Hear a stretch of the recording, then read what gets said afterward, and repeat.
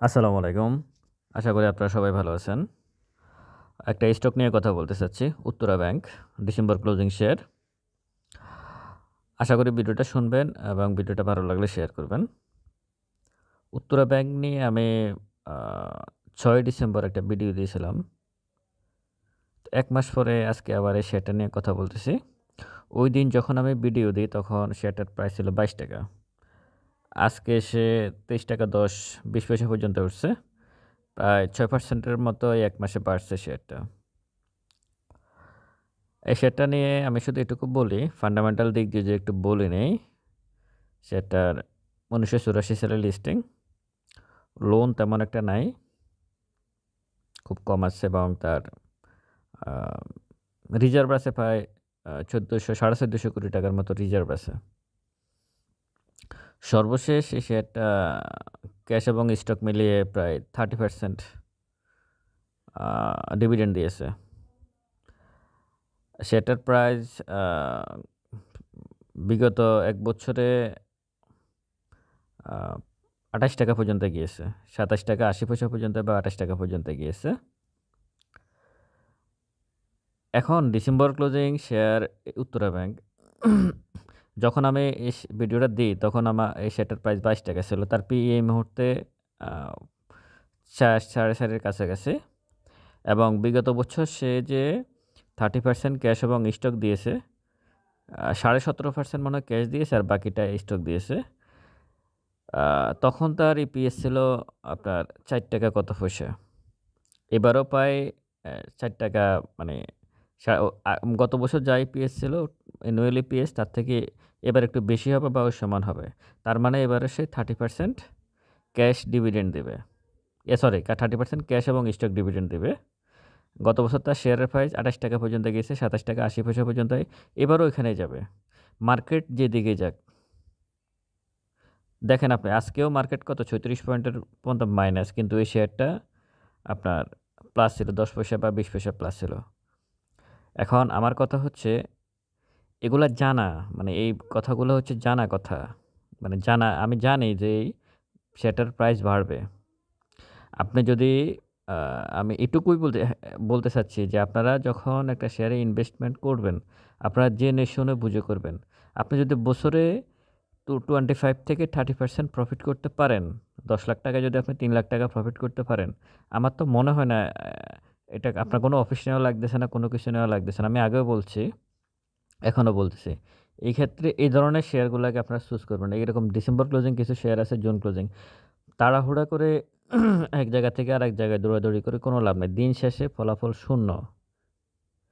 এই যে শেয়ারটার প্রাইস বাড়বে এটা আমি জানতাম বিধায় ১ মাস আগে আমি আ কি বলে আমি এখানে ভিডিও করছি। এখন আপনারা বলবেন যে, "আপনি এটা জানলেন কিভাবে? আপনি কি গণক নাকি?" গণক হওয়ার দরকার নাই। জানা যায়, মানে এটা বুঝা যায় 100% 99% বুঝা যায় যে শেয়ারটার প্রাইস বাড়বে। এবং এখান থেকে আপনি চিন্তা করেন সে ৳২২ ৳২২ আসছে। ৳২২ থেকে সে ৳২৭ এত ৮০ পয়সা। আপনি ৳২৭.৮০ নেওয়ার দরকার নাই। আপনি ৳২৭.৮০ নেওয়ার দরকার নাই। আমি যেটা বলতে চাচ্ছি সেটা হচ্ছে আপনি হয়তো ৳২২ কিনতে পারেন নাই শেয়ারটা। আপনি তো ৳৩০ কিনছেন, ৳২৪ কিনছেন। এরপর আপনি ৳২৭ পর্যন্ত ধরেন, ৳৩ গ্যাপ ধরেন, কত পার্সেন্ট হয়? কত পার্সেন্ট হয়? আপনি ইনডেক্সের দিকে খেয়াল রেখে তো লাভ নাই। ইনডেক্স অনেক কিছু হবে ইনডেক্সে। আপনি স্টকের দিকে খেয়াল রাখেন, ইনডেক্স নয়। এখন আমি দেখছি আমার আমার কয়েকদিনের অভিজ্ঞতায় আমাদের বিনিয়োগকারী ভাইয়েরা একটা বিষয় খুব করতেছে।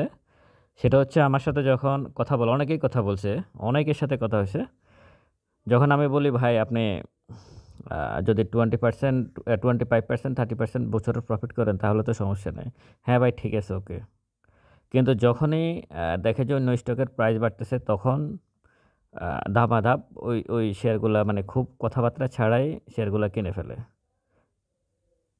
ধুমধাম করে সমস্ত শেয়ার কিনে ফেলে। কিনের পর যখন আটকে যায় তখন বলে, "হ্যাঁ, কি করলাম এবার?" মানে কথা বলার সময় উনারা ঠিকই কথা বলতেছে যে আমি 25% 30% যদি ১ বছরে আমার প্রফিট হয় এনাফ, এই কথা বলে ঠিক। কিন্তু যখন মার্কেটে ঢুকতে যায়, মার্কেটের সিনারিও দেখে, মার্কেট দেখে, তখন আসলে আর মানে এই শেয়ারগুলোর দিকে খেয়াল রাখে না। তখন খুব দ্রুত টপে কোন শেয়ার মানে গত 5 দিনে কোন শেয়ারটা 50% বাড়ছে, 40% বাড়ছে ওগুলাতেই যায়, গিয়ে শেষ পর্যন্ত টাকা হারায়। টাকা কিভাবে হারায়? আমি 1996 সাল থেকে পুঁজিবাজারে আছে এমন লোক অন্তত 8 থেকে 10 জনের সাথে কথা বলছি। যেহেতু আমার নাম্বার দেওয়া আছে, অনেকের সাথে কথা হয়। আমি 8 থেকে 10 জনের সাথে কথা বলছি। প্রত্যেকে লসে আছে এবং প্রত্যেকে হতাশ এই মার্কেট নিয়ে। কিন্তু ওনারা কেন লসে আছে? ওনাদের কী ধরনের পোর্টফোলিও ছিল, এখন কী ধরনের পোর্টফোলিও আছে, এখনকার পোর্টফোলিও আমি দেখেছি। আসলে মানে এলোমেলো সমস্ত শেয়ারে ভরপুর। মার্কেট কি 96 পর আর উঠে নাই? 10 সালে উঠছে না, 17 সালে উঠছে না, 21 সালে 20 থেকে 21 সালে উঠছে না? তো ওনারা কেন প্রফিট করতে পারে নাই? কারণ ক্যালকুলেশনে ভুল ছিল, এই কারণে পারে নাই। আপনাকে দিন শেষে এই ধরনের শেয়ারে থাকতেই হবে, অন্য কোনো অপশন নাই। আপনারা আমি দেখছি বিনিয়োগকারীরা যে কাজটা, বিনিয়োগকারী ভাইয়েরা এই যে এতগুলো পোর্টফোলিও দেখলাম, আমি কোনো ভালো শেয়ারে দেখলাম না। ওনারা যে কাজটা করে যে করতে যায় ট্রেড, যখন আটকে যায় তখন বলে আমি বিনিয়োগকারী। আসলে শেয়ার দেখলে বোঝা যায় উনি যে বিনিয়োগকারী না, উনি ট্রেড করতে গেছে, কিন্তু পরিস্থিতির কারণে আটকে গেছে। তখন বলে যে ভাই আমি তো ট্রেড করতে যাই না, আমি বিনিয়োগ করতে চাইছি। এখন বিনিয়োগ করতে চাইলে আপনি কী ধরনের শেয়ারে বিনিয়োগ করবেন? ওই শেয়ারগুলো তো বোঝা যায় কোনগুলো বিনিয়োগকারী শেয়ার আর কোনগুলো ট্রেডিং শেয়ার। তো আমি আপনাদেরকে বলব, এই যে উত্তরা ব্যাংক নিয়ে আমি এই কারণে আপনারা দেখে নেবেন, আমার ভিডিওতে আছে। ডিসেম্বরের 6 তারিখ আমি যেদিন ভিডিও করছি সেদিন এটার প্রাইস ছিল 22 টাকা, আজকে এখানে আসছে এবং আগামী সে রেকর্ড ডেট পর্যন্ত উত্তরা ব্যাংক না, মানে এই টাইপের যতগুলো ব্যাংক আছে এবং ভালো ডিভিডেন্ড দিচ্ছে, প্রাইস ভালো, ডিভিডেন্ড ভালো দিচ্ছে, EPS, net operating cash flow, PE এবং লোন রিজার্ভ যা আছে এই সমস্ত কিছু দেখে এই ধরনের শেয়ারগুলো আপনি ক্যালকুলেশন করে এগুলাতে এন্ট্রি নিলে আপনি এদের রেকর্ড ডেট পর্যন্ত, এই ব্যাঙ্কগুলোর কথা আমি যদি বলি, এই রেকর্ড ডেটের আগ পর্যন্ত এই শেয়ারগুলোর প্রাইস গত বছর যেখানে আপ ছিল, হাই ছিল, সেখানে সে যাবেই যাবে। ইন্ডেক্স যেখানে থাকুক, পুঁজিবাজার আজকে বন্ধ হয়ে গেছে না কিছুক্ষণের জন্য, এরকম আরও 10 দিন বন্ধ থাক, এই শেয়ারগুলোর কোনো সমস্যা হবে না। সো আপনার ঠান্ডা মাথায় ভালোভাবে বুঝে শুনে বিনিয়োগ করবেন। আপনি ট্রেড করতে যাবেন, আপনি দিন শেষে এখানে লস খাবেন। আমি তো বললাম এই অভিজ্ঞতা নিয়ে তো বলতেছি। 96 সাল থেকে অনেকের সাথে কথা হচ্ছে, তাদের পোর্টফোলিওগুলো আমি দেখছি। সুতরাং আপনারা এই ভুলটা করতে যাবেন না।